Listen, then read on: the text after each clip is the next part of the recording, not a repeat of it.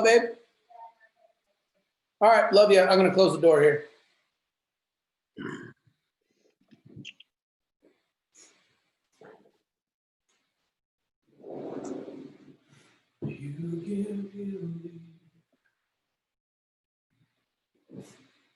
Yo, what's up, everybody?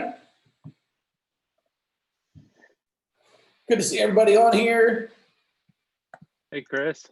Let's see. What's up, Doug? Good to see you, man. Good to see you.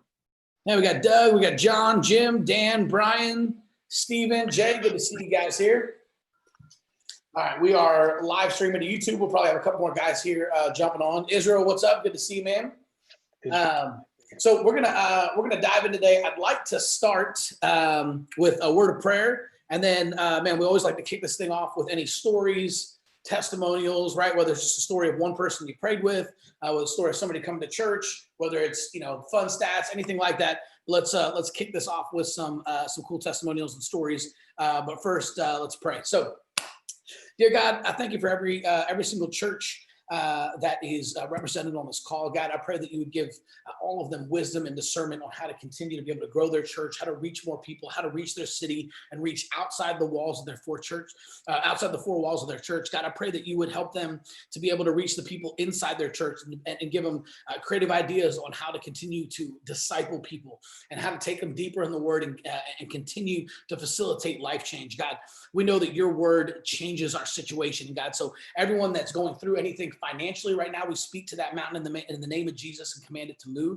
God, I just call in godly resources, finances, volunteers, all of the right people and relationships into every single one of these churches here, God, because we know that your provision follows our vision. God, we thank you. We love you in Jesus' name. Amen. All right, let's get this party started. Man, do you guys? So let's open it up. Do you guys have any stories? Again, people come to church. It can be planning your visits. It can be somebody you prayed with. Doug, what's up, man? Hey, yeah, we had 3 guests Sunday from a Plan Your Visit. Talk to me. From the ads, and one of them even came to the last step on our growth track. So it was awesome. And then we have a process. We had 2 that came last month that have been coming 4 weeks. They finished growth track. They've been water baptized. And they gave really good Google reviews about how their marriage had been saved and all of that. So really good stuff. Bro, Doug, that's awesome, man. Thank you for sharing that, bro. That's incredible. Incredible, man. That's why we do this. And then they went on and gave you a Google review. I mean, dude, that's awesome. That's huge. All right. Who else has got something? Somebody you've been praying for? Somebody that's been coming to church? Just conversations you've been having on Facebook. Let's see. Let's open it up here.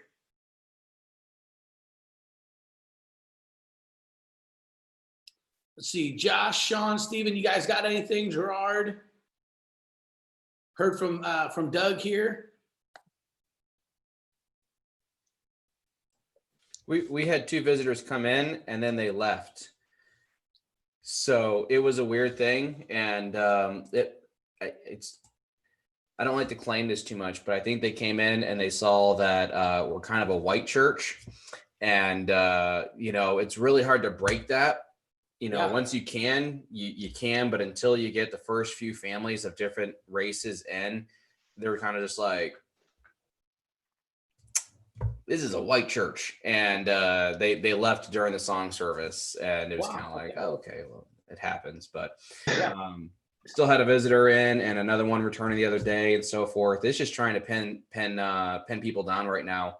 No one wants to be faithful or consistent to anything. And even regular church members, it's just like, where are you guys? And it's interesting. And it's really frustrating, especially since I'm running the Discover Your Purpose Ed primary right now. And so many prayer requests are like, I'm depressed. I'm lonely. I don't feel like I know what I'm doing. I'm so overwhelmed. And like, get in church with fellowship. And no one wants to commit to the fellowship. So, but it's going well. And we're this week, I'm going to throttle it back. I try to do it another week and I just can't keep up with it. With all the programs, building projects and so forth. My insurance man just popped up randomly in my office, which always worries me when the insurance guy shows up. So we're just going to throttle it back a little bit and keep moving forward. Love it, man. Do you have like a volunteer or somebody on your team that could help you with some of those prayer requests? So it's not just you? As of right now, no. Like I tried that when I went on vacation and it was an epic failure. I mean, it ended up one of the nights on vacation, 3 of the nights I was on my iPad for, 45 minutes, when I'm supposed to be vacationing, doing all these Facebook, praying, reaching out to people, following up and everything. And that was before I started the Discover Your Purpose. That was just prayer request ads. And it was just like, you try and they don't do it. And so it's like, it's better just to kind of throttle back and try to reinvest and vent and so forth, and here's my woe is me. There's just so much good happening that I can't focus on the program right now. Our church, for the first time in 4 years, we're starting youth programs and kids programs at midweek. So there's an Awana and youth program starting. We got Operation Christmas Child. We're packing almost 150 boxes, for that at the same time. We got, all these great things going on Sunday morning, new visitors and people. So it's just like focusing. We're, doing a church construction project downstairs out in the front yard. And it's just like, good grief. I got $30,000 worth of bids in my desk and you're just like, I can't do more right now. So it's a little overwhelming and so forth, but that's just where we're at. And my seniors, they want to pray for people, but oh my goodness, I would be scared to give them editor rights on my Facebook. Mm-mm. Yeah, that makes sense. Well, and that's the biggest thing. I would make that, like, start praying about a team that you can implement to help you, right? Because like, it's one thing if you're like, hey man, giving's down, like, man, we're, like finances, it's tough, so we're gonna have to back things off, right? That's gonna happen sometimes. But if it's not that and it's really just a work thing, man, I would just pray for the right people, right? For God to bring you the right people, to show you the right people. Because I guarantee there's people in your church who not only have a heart for this, but like this is like their wheelhouse and would be phenomenal at being able to log in and help you, right? So it sounds like the first time you tried it, it wasn't the right person. And that's okay. That's going to happen. I've hired some right people in my business. I'm like, all I need you to do is answer emails, right? And they just can't stay consistent on that.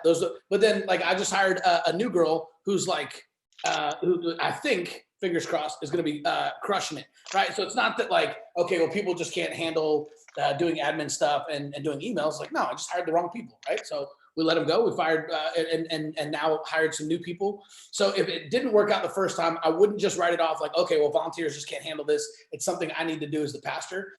I would just look at it and say, hey, it looks like we just had, the wrong person doing it. But somebody out there is going to be a perfect fit for this. When we did it for our church, we built a prayer team. And there are a couple people who weren't a perfect, who weren't a perfect fit, but then there were some people who were a great fit, right? So I just pray to find those right people, for God to show those people who you are, and they'll jump in there and be super faithful. And then it can take some of that off of you, right? Like we always talk about, at least for the first 30 days, you want to run it by yourself as the pastor. But Josh, you've been doing this, 6 or 8 months now at this point, right? So you've been doing it. We just got to get you some help so it doesn't all fall on your shoulders. Like you said, you got so many great things happening. Let's get you some help so you don't have to throttle it back because of the workload, that you can actually continue to reach those people and just get some volunteers and people helping you. Because I guarantee they're in your church. We just need to find them. Hey, Chris. Yeah, what's up? Yeah, let me echo that, because even though I don't have that yet, so you might all discount what I'm about to say. No, but if you can delegate in other areas, then that opens up space on your plate for this.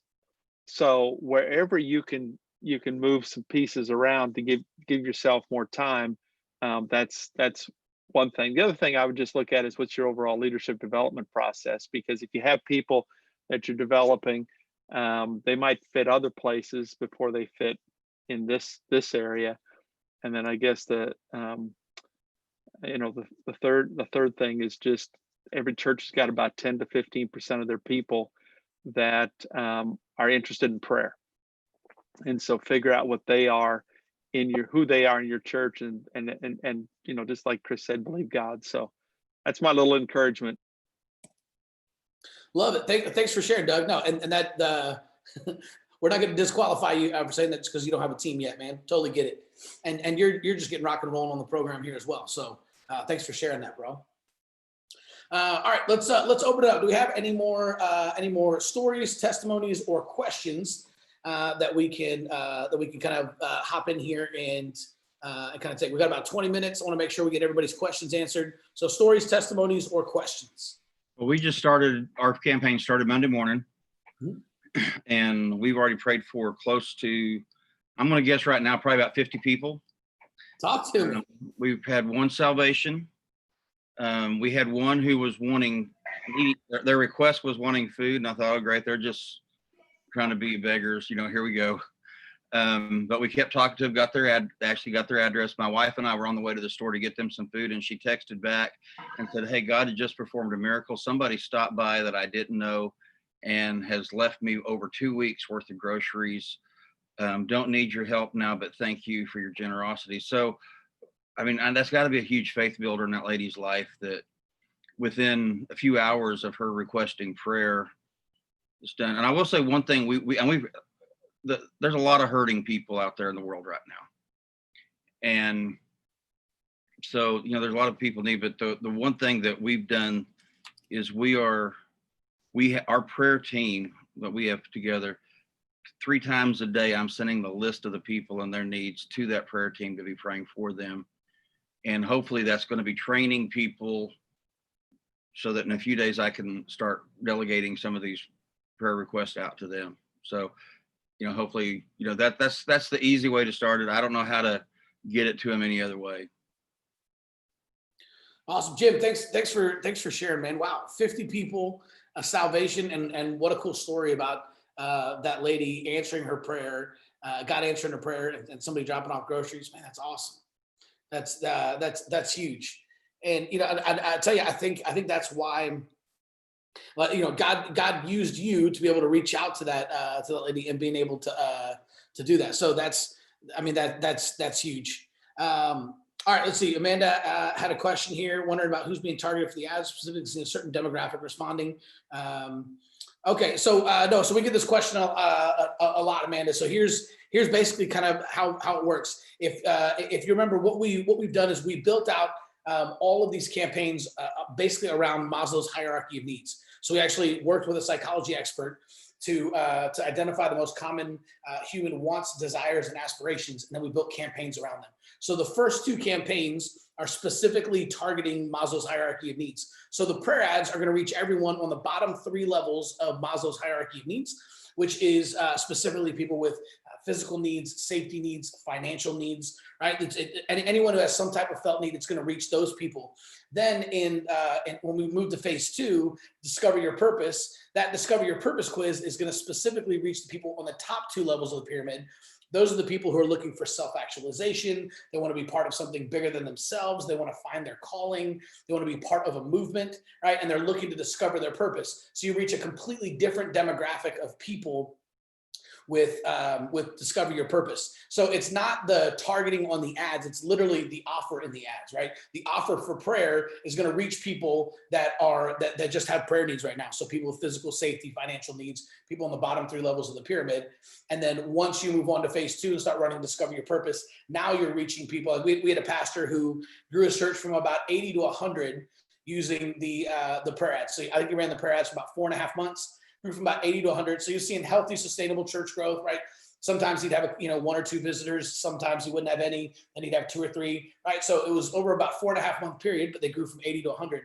Then he went from 100 to 150 in 2 months using Discover Your Purpose, right? And he called us up and literally said, "Oh my gosh, like we're reaching a completely different demographic of people."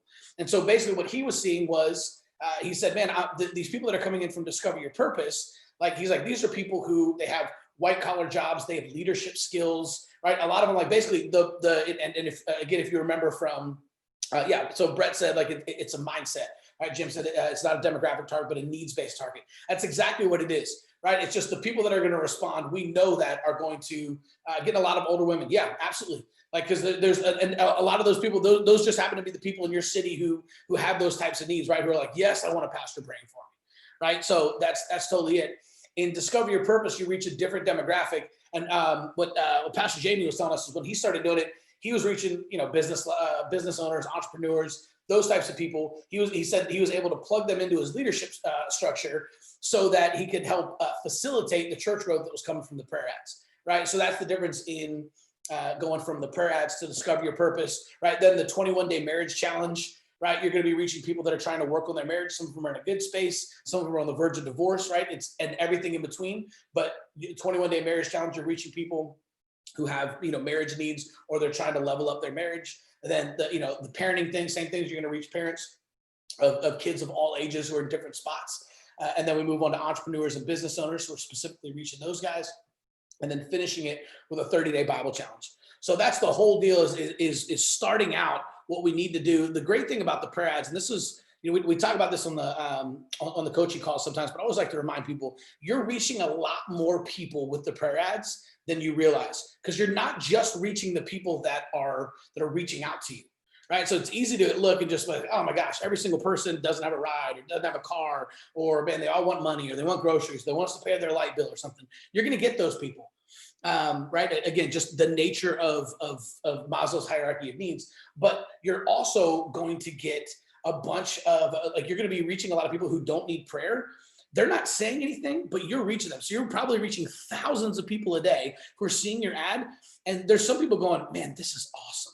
Wow, look at this church. Look at this pastor that's praying for people. And you said your comment section is blowing up in a positive way. So yeah, they're like, man, look at the comments. Like look how many people are commenting on this ad. Look at what this church is doing. Now they don't personally have any needs, right? So they're like, okay, I'm not going to take up their time. But you're reaching them. They're going to go, man, how cool is this church, right? And then at some point with one of the ads, you're going to be speaking directly to them, right? So maybe once you switch over to discover your purpose, like, oh my gosh, this is that church that was praying for people, right? And now they're like, this is exactly what I'm looking for. Like, I'm just trying to figure out, man, why am I here, right? Their financial needs, like maybe they weren't, maybe their job wasn't affected by the pandemic. Maybe they work for somebody like Zoom and they're making a lot of money because of the pandemic, right? Like whatever it is, they're in a good spot. But as you continue up the pyramid, right now, they're just trying to figure out, man, why am I here? What's my purpose? How am I giving back?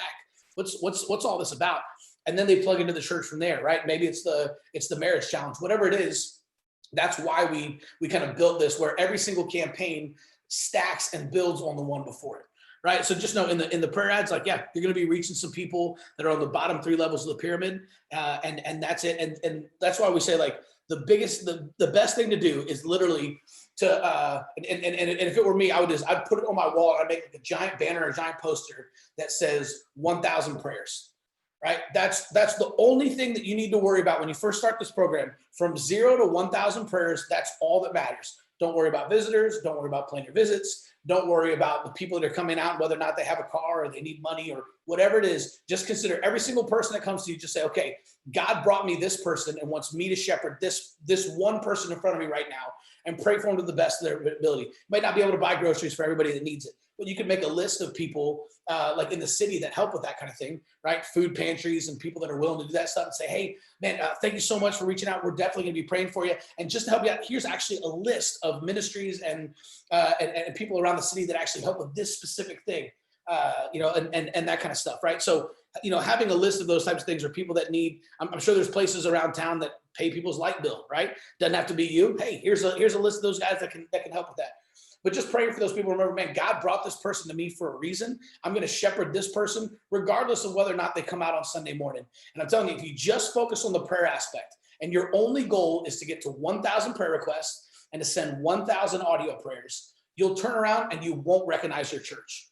You'll literally look at it, right? Because at that point, you've had 1,000 prayer requests. You've sent 1,000 audio prayers, because you're sending one to every single person, and you're calling the plan your visits within 15 minutes. At that point, you're going to have about 100 families that have planned a visit, right? Some of them showed up, some of them didn't, some of them rescheduled their visit because you'll reach out back to them on Monday and those types of things. But at the end of the day, if you just focus on getting to 1,000 prayer requests, everything else will fall into place. Okay, so let's see. Amanda, does that answer your question as far as that kind of stuff? Okay, awesome. All right, do we have any other questions, testimonies, stories? You guys can throw them in the chat, or you can just unmute your mic and ask. Hey, Chris, this is Doug again. Yeah, what's up, Doug? I did something this week that may help everyone else. Remember last week, Rob shared about the video that he created to go out on Saturday. What I've started doing with my Plan Your Visits, because our people tend to not respond to a cell phone call as in our area for some reason. So I just keep it in the audio prayer section. But I'm just putting at the end of it, once they plan their visit and I do my follow-up audio, just, hey, there's going to be things that are going to come against you. Don't, just do a little short thing. I only got a minute. But that seems to help too. Awesome. So just a thought for everybody else. Okay. So have you already, did you start sending that video this past week?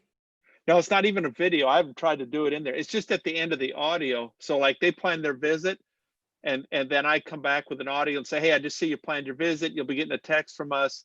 So glad that you're coming this Sunday. My wife and I can't wait to meet you. I look forward to seeing you a little bit early on Sunday, which by the way, they've been showing up. I had one show up at 9 o'clock on Sunday and I just sat and talked to her for 15 minutes. But then I say at the end, hey, there's going to be things that are going to come against you all week to keep you from coming. Don't let it get in the way. Don't let the enemy stop you. Just a little bit, whatever I can do in a minute. So, yeah, I love it. I don't know if Rob's on here. Oh yeah, Rob, I just saw you on there. So, first off, Doug, I think that's brilliant. I love it. And I was just going to explain Rob's strategy just for everyone who wasn't on here last week, what Doug's referring to. But since Rob's on here, Rob, do you mind just for everybody that wasn't on here last week, just kind of talking about what you're doing in that video and kind of what you've been seeing so far with sending that video to all of the Plan Your Visits?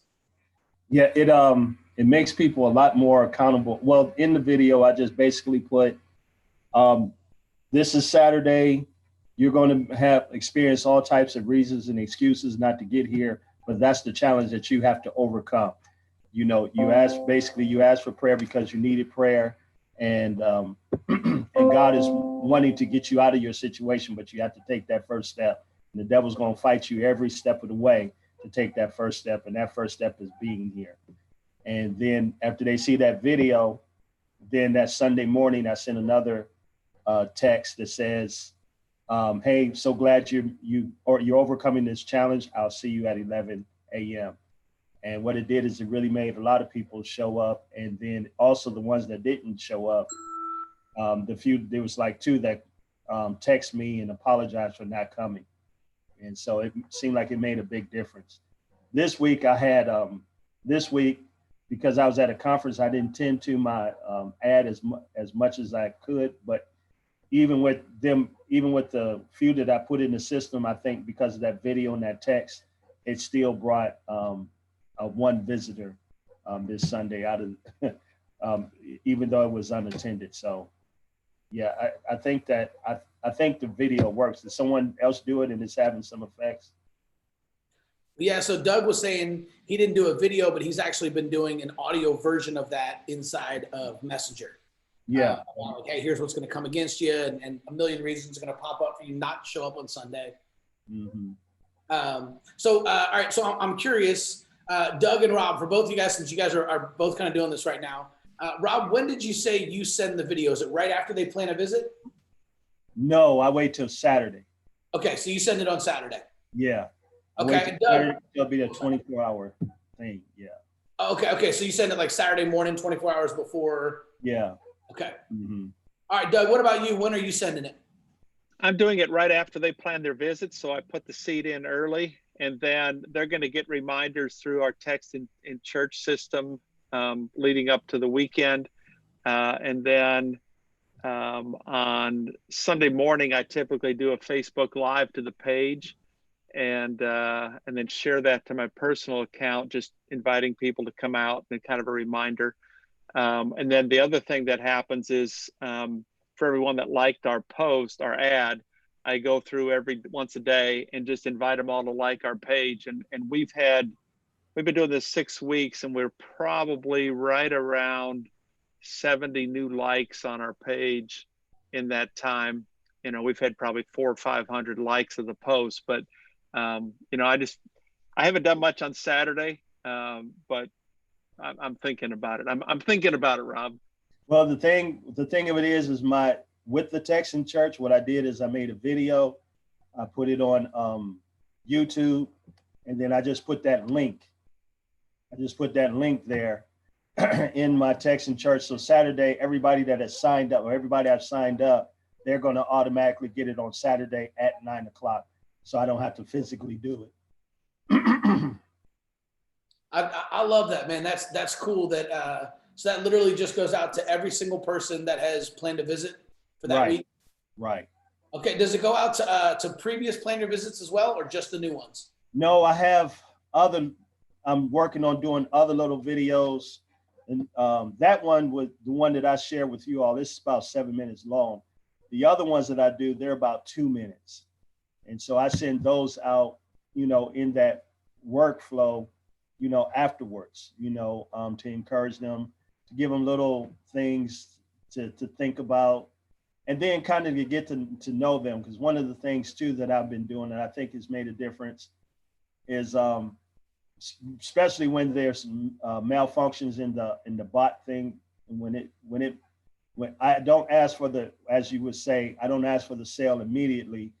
I can send like a 2-minute video for them to know who I am, kind of, because really we're the product, we're the product. So if I send them a video and then they like it, then I can ask them after the prayer, after the video, then I ask them for the sale, and it seems to me that they're jumping on it and they're much more receptive at that time, because it seems to me that when it says, yes, my team is praying for you, and then, oh, by the way, we're having church, the product, which is us, hasn't really been, they're still kind of filling us out who we are. But then that prayer that comes, that's like the product, that's who we are, that's our ministry.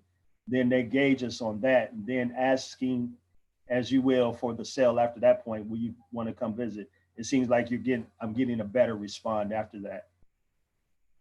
That's awesome, man. Okay.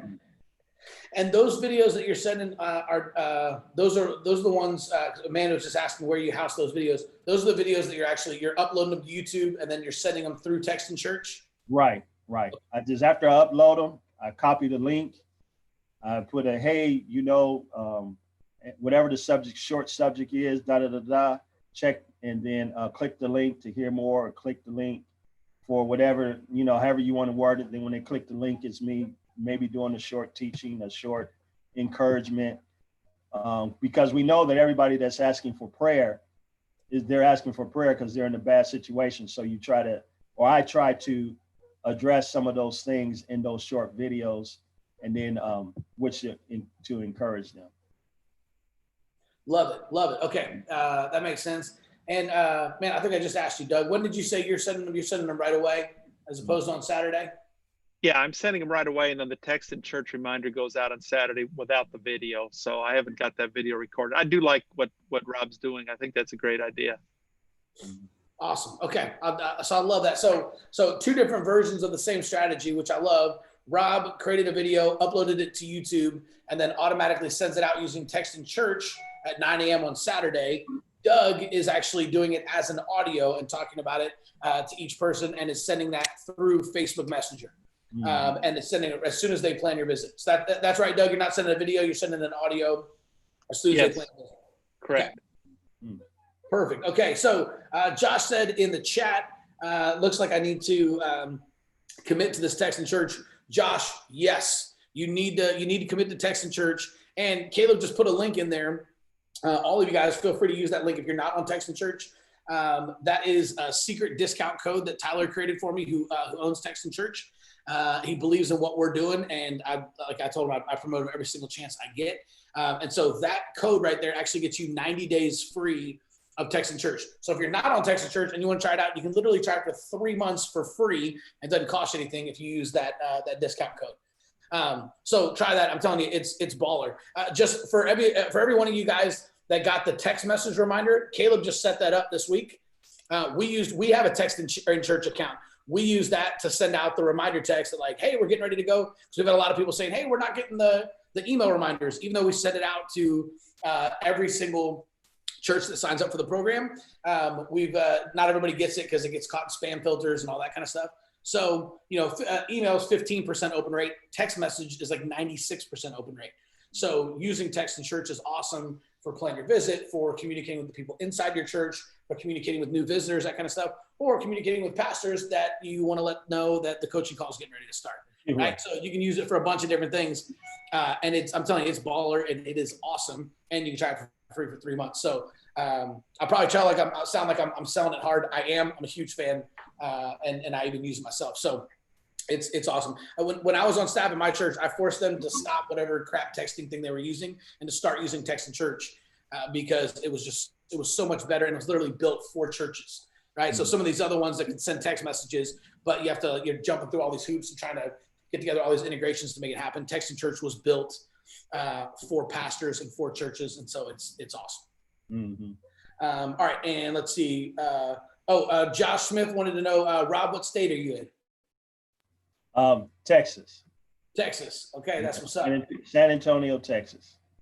San Antonio, Texas. All right. Man, we were down in San Antonio. I may have told you this before, Rob. We were down in San Antonio for fall break, and my 8-year-old son the whole time just was so pumped that we were going to Texas. He was just like, "Dad, Texas is awesome." We live in Oklahoma. It's not like we're that far, but something about Texas. We stopped at the border, and he took all these pictures with the Texas star. And the whole time, we'd be in San Antonio, we were, down on the Riverwalk and we were riding boats around and stuff like that. And he was just like, "Dad, I love Texas." And so he's been asking me, "Dad, when are we going back to Texas?" I guess he thinks Texas is like Disneyland. Let me know when you get here. Will do, bro. I think we are actually planning another trip down there. So, all right, let's see, man. Before we wrap it up, before Caleb prays and we get out of here, do we have any other questions that I missed or anything like that? I know we had a couple in the chat. I want to make sure I got to everybody. Just a real quick one, Chris. Yeah. We had somebody post a GoFundMe link on our ad. And I don't know what the best practice is, but I just hit it. I didn't comment, post, or respond. I just thought, who knows what it is. I kind of looked at it. I actually did look at it. Seemed kind of legit, but I just thought if you all have any advice on how to handle that in a little better way, I just hit it. So. Yeah. So for me, I specifically if you go in on your phone, you can hold your finger over it, and I ban them from the page because it'll hide that comment, but then it'll also make sure that Facebook doesn't show the ad to those people anymore, and that they can't comment on any future ads. Because it's funny. Here's what I found is that even people like that, right? Someone who's disrespectful enough to put a GoFundMe type thing on a church's Facebook ad or something like that, or comment negatively on there, they're not going to do it once. They're going to do it over and over again. So it's better to just, if the Lord leads you a different way, go a different way. But for me, that's what I do all the time. I literally just ban them from the page. That way it's I'm not posting promotional crap trying to make money off your stuff. Please don't do it on mine. Right. So I just ban them from the page. That way it hides that. And it also makes sure that they can't comment in the future. That usually seems to be the best practice for me. So let's see. Somebody else was saying they got. Jim was saying they got that one too, where somebody's jumping on there and trying to post GoFundMe. Yeah, people do that on my ads. A lot of you guys have seen the Facebook ads that Caleb and I have running, for the Church Growth Agency for this program, and we get all types on there. We get angry atheists. It's usually really angry pastors. Usually the atheists don't care enough to actually comment. It's usually the really angry pastors who go on there and just quote scripture and post all this different stuff about how we're going to hell and stuff. And they'll post YouTube videos and they'll post all kinds of crazy stuff. So we just ban them from the page and move on. Can I ask one more comments question? Sure thing. Do you just leave? So we just started last week, but do we just leave the comments keep getting bigger and bigger for the next 2 months? Or how does that work? Yeah. So we have a video. I believe it's on the cheat sheet page. Let me double check. We have a video that talks about basically how to handle the comments. The best thing to do is just to like the comment and then reply to it and just, so if they say please pray for my mom. She's been sick, right? So like the comment and then comment and say, okay, I'm praying for your mom. I'm going to shoot you a DM, right? And then it'll have for the first 7 days, it has that little the option to message them. So that way you're actually kind of bringing them into Messenger and having a conversation inside of there.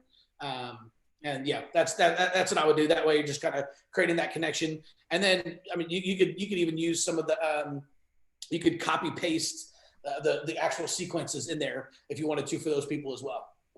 All right, so that makes it nice and easy. That way you're still inviting them to church, giving them a chance to plan a visit, that kind of stuff.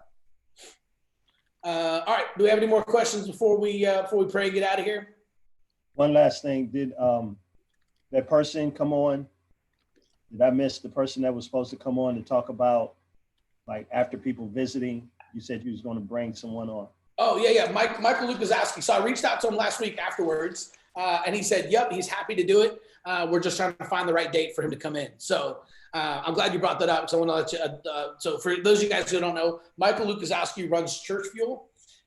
He was real involved with Andy Stanley's church, was on staff there. He's an absolute stud, but he's also a systems guy. Like he is like when I think of church systems, I'm like, that's Michael Lukaszowski, right? And so that's what he has Church Fuel, which is all about different systems and everything for that kind of stuff. And it's funny, he and I had talked probably about this time last year, because he was like, man, the biggest problem he's like that we're having is all these churches, they just don't know how to get new visitors. He's like, we have systems for everything once they get people in the door, but they just don't know how to get people in the door. And I'm like, that's great, because I know how to get people in the door, but like all the systems for assimilation and all that kind of stuff, right? Like, you know, I know what our church does, but I've never taught any of that kind of stuff. So anyway, I think it's going to be awesome. We're going to have him coming out here hopefully in 2 or 3 weeks. So I'll let you guys know once I find out the official date. He's going to come on, talk about some systems and assimilation. And then, so I'm glad you said that, Rob, because that reminded me to say this, just to let everybody know. Next week, we're not going to be having a coaching call. I'm going to be in Battle Creek, Michigan, with Ryan Wakefield and Tyler Smith and a bunch of church leaders up there, and we're going to be doing the church marketing conference. So if you guys haven't registered for the church marketing conference, I'll be sending out an email about it as well. But so I'd encourage you. It's going to be on Tuesday and Wednesday of next week. So instead of having the coaching call on Wednesday, I'm just encouraging everybody to go attend that conference and go check it out. I have a session where I'm speaking, where I'm kind of talking about this Facebook ministry ad strategy and a couple of other things. And then there's some other really great speakers that are going to be on there. But so next week, no coaching call, but I encourage you to join that and check that out if you're able to. The church marketing conference put on by Ryan Wakefield at Church Marketing University. It's going to be pretty cool. So, Hey, Chris. Yeah, what's up, Josh? Hey, I just said something in the chat that apparently everyone's kind of curious about. My page is set up where when someone comments, it automatically opens up a messenger, so I can start a dialogue with them right then. Is that they're kind of wondering, and I forgot how we did that, how to get that feature open so that you can start automatically text them, and it's not on public chat, but you can still comment on them on the public page. Is that something? I forgot how I did it, or you guys were there when we did it together. Yeah, yes, I think we built out. So there's a thing that's in beta called like a comments trigger tool. I think is what they call it. So I think we set that up to test that on your church. So yeah, if you guys don't have that feature or whatever, and you want that feature, again, I think it's in beta. So it's one of those things that usually works. Right. And that kind of stuff, whatever. But just email heather@churchgrowthagency.com if your ad doesn't have that. I know on some of the new ads, we built that in to give it a shot. But again, it's something in beta. So if you don't have that and you want it, just email Heather and we'll take a look at your account and see if that's something we can add to it. Takes a little bit of time, but we'll see. We'll see if we can get you on the build out schedule and do that. So Heather@churchgrowthagency.com if you want that. All right, Caleb, you still